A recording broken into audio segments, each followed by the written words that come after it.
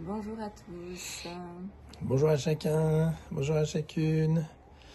Le petit mot de la semaine.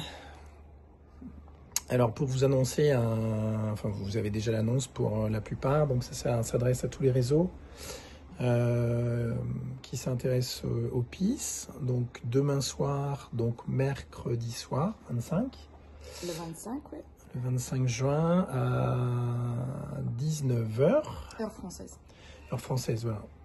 J'ai pas fait la traduction encore pour le Québec et l'île de la Réunion, mais Voilà, je la mettrai dans le descriptif. Heure française, donc on vous propose un nouvel atelier sur un sujet qui gravite depuis des années, qui est vraiment le chemin spirituel, qui consiste à déjà savoir quel est le point d'entrée du bonheur. Ça paraît un peu le cliché, mais honnêtement, c'est un truc qui quand même tourne en boucle depuis des années. Est-ce qu'il y a un point d'entrée qui faciliterait justement cette recherche? Ça, c'est la première chose. Donc ça, on verra ça demain à partir d'un cheminement qui décortique encore plus à la fois la réalité et en même temps, quand on parle de réalité, on ne parle que de conscience. Hein. On ne peut pas décorréler les deux.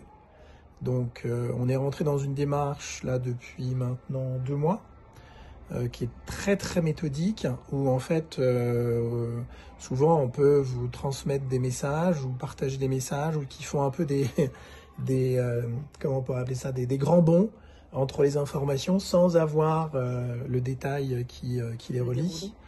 Donc là, en fait, on va décortiquer je dirais la réalité, la conscience et par là même le chemin spirituel de manière très très méthodique. On procède ainsi depuis 2 mois et franchement, ça change complètement notre quotidien. Déjà, c'est plus facile de communiquer.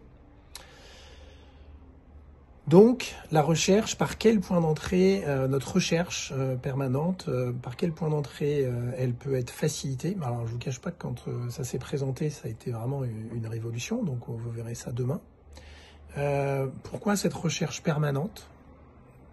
Pourquoi cette recherche permanente? Hein, pourquoi elle ne s'arrête jamais, etc. Pourquoi cette recherche, quelque part, aujourd'hui, elle est faussée en partie par le fait de lui faire référence au corps, hein, c'est-à-dire on passe par exemple par des étapes qui sont par exemple l'ésotérisme, le développement personnel, ou le développement personnel, l'ésotérisme, puis la non-dualité. Alors c'est un peu cliché ce que je vous dis, parce que c'est pas forcément les étapes par lesquelles on passe tous, mais on voit qu'il y a quand même un espèce de cheminement qui petit à petit semble nous alléger de plus en plus de ce qu'on appelle le personnage, mais qui peut paraître finalement assez cohérent.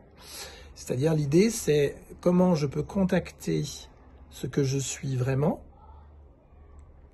en n'étant pas alourdi par quelque chose qui n'est pas vrai tout le temps.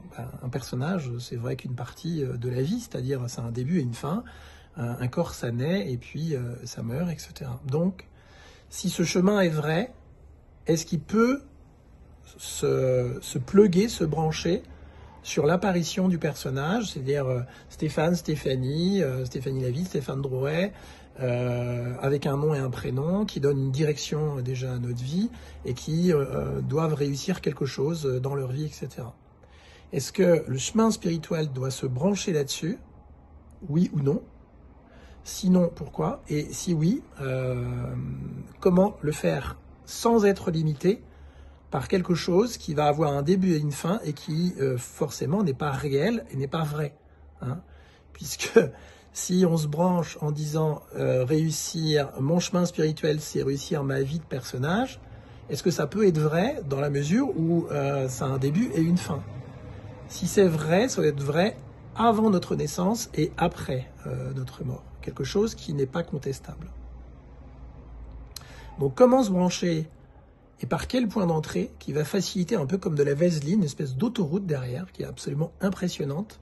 Qu'est-ce qui va nous permettre de vivre ce chemin spirituel, peut-être ou pas en passant par le personnage, et de quelle façon s'appuyer sur ce personnage sans tomber dans le piège de réussir sa vie en tant que corps et en tant que cerveau.